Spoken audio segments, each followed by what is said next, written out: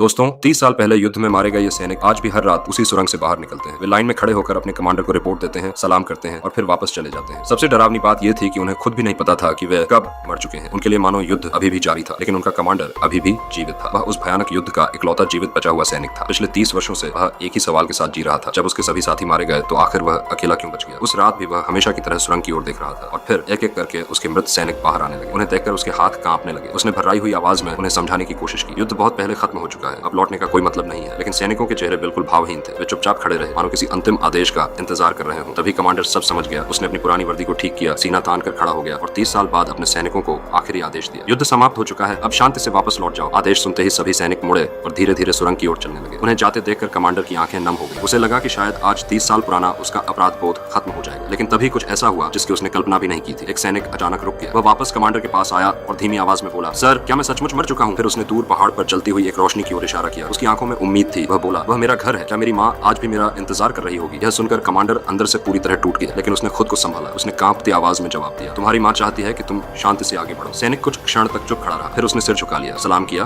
और धीरे धीरे वापस सुरंग की ओर चल पड़ा। कमांडर ने राहत की सांस ली। उसे लगा कि अब सब खत्म हो गया है, लेकिन तभी सुरंग के अंदर से फिर से कदमों की आवाज आने लगी। टक टक टक आवाज हर पल और करीब आती जा रही थी। कमांडर ने घबराकर सिर उठाया और अगले ही पल उसके चेहरे का रंग उड़ गया, क्योंकि सुरंग के अंदर से फिर वही सैनिक वापस आ रहे थे। इस बार सिर्फ एक या दो नहीं, बल्कि पूरी टुकड़ी, सैकड़ों मृत सैनिक एक बार फिर उसकी ओर बढ़ रहे थे।